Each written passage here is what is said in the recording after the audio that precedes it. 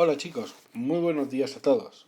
Con este vídeo comenzamos el nuevo tema, la Hispania romana, que es un periodo apasionante en el que vamos a adentrarnos en este periodo de la historia durante el cual se configura España, todo su territorio, pues como una zona dependiente de primero la República Romana y luego el Imperio Romano.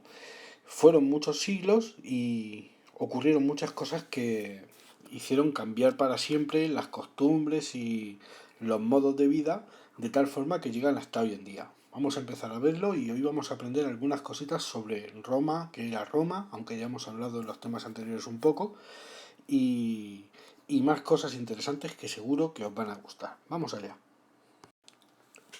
Vamos a comenzar hablando del origen de Roma, de qué es Roma. Y tenemos un origen doble, un origen mítico, que no es real, aunque los romanos se lo creían que era así, y luego cuál era la realidad. Vamos a empezar con el mito. Y el mito nos dice que los romanos se creían descendientes de los troyanos, de la guerra de Troya, y además que eran descendientes del dios Marte. Pensaban que Rómulo fundó la ciudad tras salvarse de la muerte gracias a la loba Lupercal. Aquí he puesto un par de imágenes y os explico un poquito. Aquí tenéis al dios Marte, que era el dios de la guerra. Para los romanos, pues pensaban que su ciudad había sido fundada por Rómulo. Rómulo y Remo eran dos hermanos, descendientes de Marte, y que bueno, fueron abandonados y sobrevivieron gracias a la loba Luperca, la loba capitolina, que los amamantó, y ya cuando fueron mayores, Rómulo mató a Remo y fundó la ciudad de Roma. Los romanos se creían esto a pie juntillas, ellos pensaban que eran descendientes de Marte y que la historia de Rómulo y Remo era cierta. Pero vamos a ver cuál era la realidad. Pues se crea una ciudad llamada Roma por la unión de varias tribus latinas hace unos 2700 años que vivían en una zona de la península itálica donde vivían los latinos, se conoce como el Lacio. Se instalaron en una zona de 7 colinas y comenzaron a crecer y a desarrollarse. Tenían un montón de vecinos, otras culturas que eran más avanzadas y más poderosas. Por ejemplo, cartagineses, etruscos, griegos. Con los cartagineses ya sabemos que no va a terminar la cosa bien.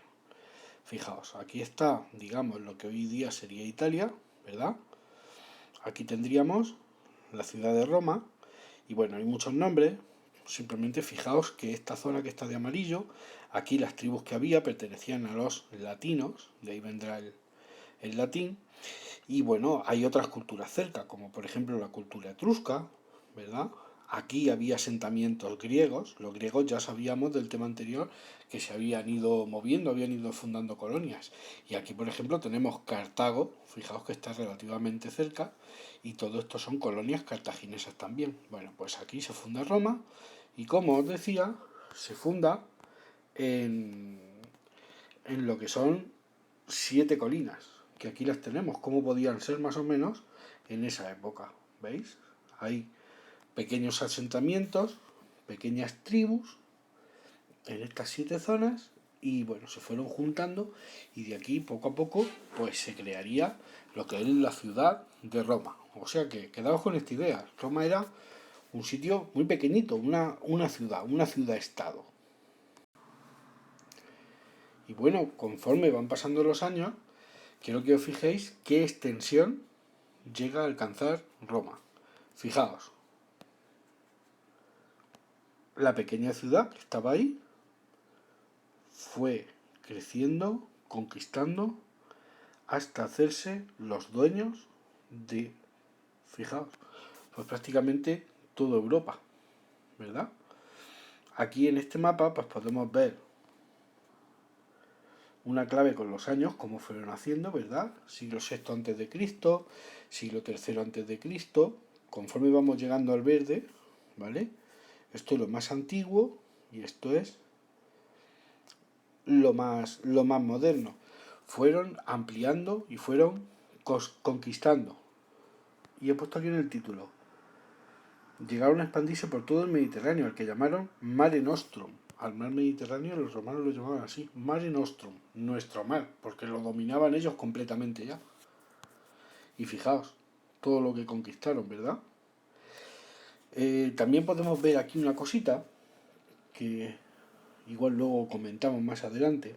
Esta línea que hay aquí, en determinado momento el Imperio Romano se dividió en dos partes, el de Occidente y el de Oriente. ¿De acuerdo? Porque claro, era tan sumamente grande que era muy difícil gobernarlo todo desde Roma. Quiero que os fijéis hasta dónde llegaron a conquistar las Islas Británicas, ¿verdad? Toda Francia, que no se llamaba Francia, se llamaba la Galia, parte incluso de lo que hoy día es Alemania, y llegamos aquí a la parte de Palestina, Siria, Egipto lo conquistaron, todo el norte de África, Grecia, o sea, todo el mundo conocido prácticamente, lo conquistaron todo. Y bueno, en esta pantalla os quiero explicar por qué es tan importante la cultura romana para nosotros y para toda lo que es la civilización occidental y un montón de países. Vamos a ir poquito a poco viendo cosas. Los romanos consiguieron alcanzar un nivel de desarrollo nunca antes visto. Por ejemplo, en sus ciudades. Pensad que, por ejemplo, en las ciudades romanas, que se distinguen por tener edificios públicos, ¿no? Como este anfiteatro, como plazas, que se llamaban foros, como templos.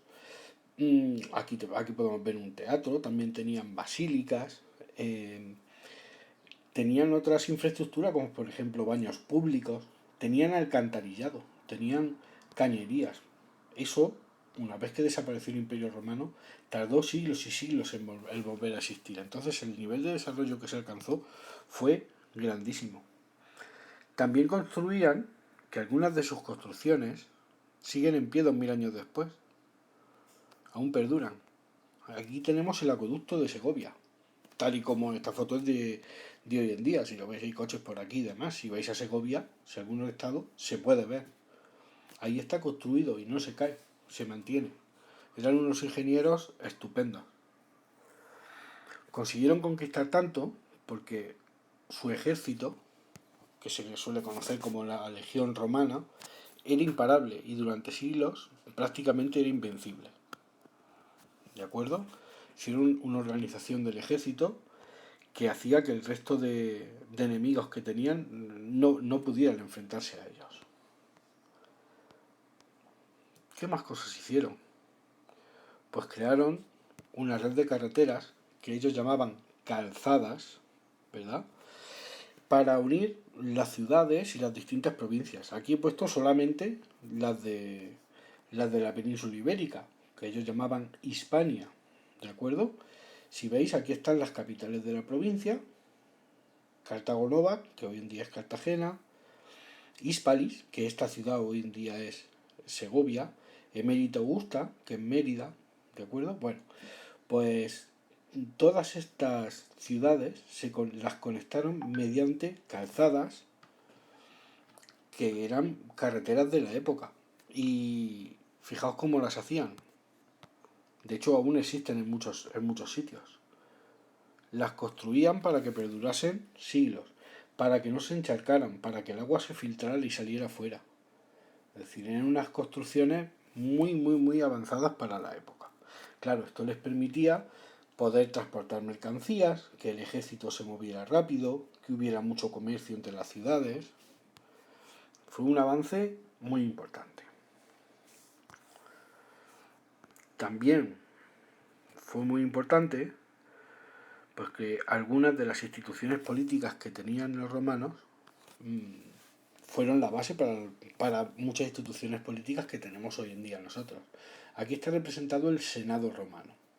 Cuando hablamos de Roma, muchos pensaréis enseguida en emperadores, pero durante muchos siglos Roma fue primero una monarquía, tenía un rey, pero luego durante muchos siglos fue una república.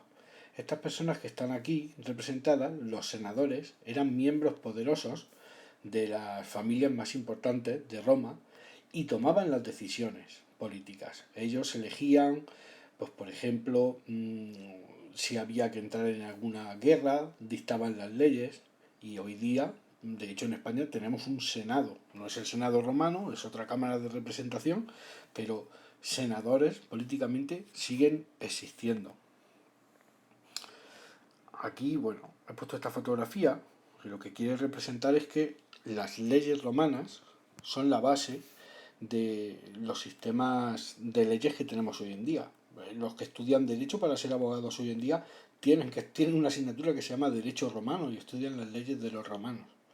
Porque a los romanos les gustaban mucho los juicios y los juzgados. Y hicieron muchísimas leyes y mucha teoría respecto a la ley. Y bueno, también os digo aquí que el castellano y muchas otras lenguas, como el italiano, el francés, el valenciano, el gallego, eh, provienen, el rumano también, por cierto, que me lo salto, provienen del idioma hablado en Roma, del latín. ¿De acuerdo? Si os dais cuenta, ya es nuestro alfabeto. Yo puedo leerlo. Amor vincit omnia. El amor lo puede todo, lo vence todo, lo conquista todo. Os he puesto aquí un ejemplo de algunas palabras para que veáis cómo nuestro idioma viene directamente del latín. Si echáis un vistazo, podéis ver unas más y otras menos. Palumba, paloma. Causa, cosa. Taurus, toro. Escola, escuela. Muliere, mujer. Hispania, España. Por ejemplo, el número 4, ellos decían quatuor. En fin, y así muchas de ellas. Ahora en esta pantalla lo que os quiero explicar es un poquito pues cómo llegan los romanos a la península ibérica, a lo que sería España, y cómo logran conquistarla. Sabemos de temas anteriores que los romanos y los cartagineses tuvieron unas guerras que se llamaban guerras púnicas y que perdieron los cartagineses, ¿verdad? Y los cartagineses sabemos que habían conquistado parte de la península ibérica, sobre todo de nuestra zona, del sureste, sur-sureste, y de hecho que desde allí intentaron atacar Roma. Pero finalmente, en la Segunda Guerra Púnica, los romanos vencieron a los cartagineses y ¿qué hicieron entonces? Empezaron a conquistar Hispania, las zonas que habían estado bajo control de los cartagineses y ya de paso todo lo demás. ¿De acuerdo? Pues supongo que os acordaréis lo que hablamos cuando los cartagineses, de Aníbal, que llevaba elefantes, que quiso conquistar Roma. Bueno, pues el año 218 a.C., los romanos, el ejército romano, los vence y deciden adueñarse de los territorios que habían tenido. Bien, aquí, en este mapa, vemos un poco el tiempo que tardaron en conquistar la península ibérica. Unos 200 años. Si os fijáis aquí, en este código de tiempo, esto es lo más antiguo, 220 a.C., hasta el 19 a.C. Esto es lo primero, lo que va de color rojo, es lo que primero conquistan, entran por aquí, por esta zona, que hoy día sería pues Tarragona, ¿verdad? Y poco a poco van penetrando hasta el interior. Toda la parte que está, digamos, de rosa, de rojo, es lo que le conquistan a los cartagineses y no tienen demasiado problema para conquistarla. Y ya conforme van penetrando hacia el norte, les va costando un poco más, pero ya os digo, en unos 200 años completan la conquista. Los romanos, cuando conquistaban, primero pedían que se rindiesen pues, las tribus que hubiera o los pueblos, las aldeas que encontraban. Si conseguían que se rindieran, hacían pactos, les perdonaban, por ejemplo, pagar tributos, les perdonaban muchas cosas y bueno, y todos amigos. Pero como las tribus se resistieran, los romanos no perdonaban, llegaban a arrasarlas completamente. Así que en algunas zonas lograron pactar, pero en otras hubo unas guerras muy crueles y muy sangrientas. Pero bueno, en unos 200 años prácticamente conquistaron todo. Claro, pensad una cosa, en toda esta zona, por ejemplo nuestra zona, ¿no? Venía el que estaría por aquí, nuestra zona se conquistó pronto. y la influencia romana fue muy grande. En las zonas del norte se conquistó más tarde y la influencia romana fue un poco más baja. También depende de la zona. Bueno, vamos a continuar viendo más cositas interesantes sobre esta conquista. Os he puesto aquí. Hispania se convirtió en un territorio más de la República Romana y más tarde del Imperio Romano.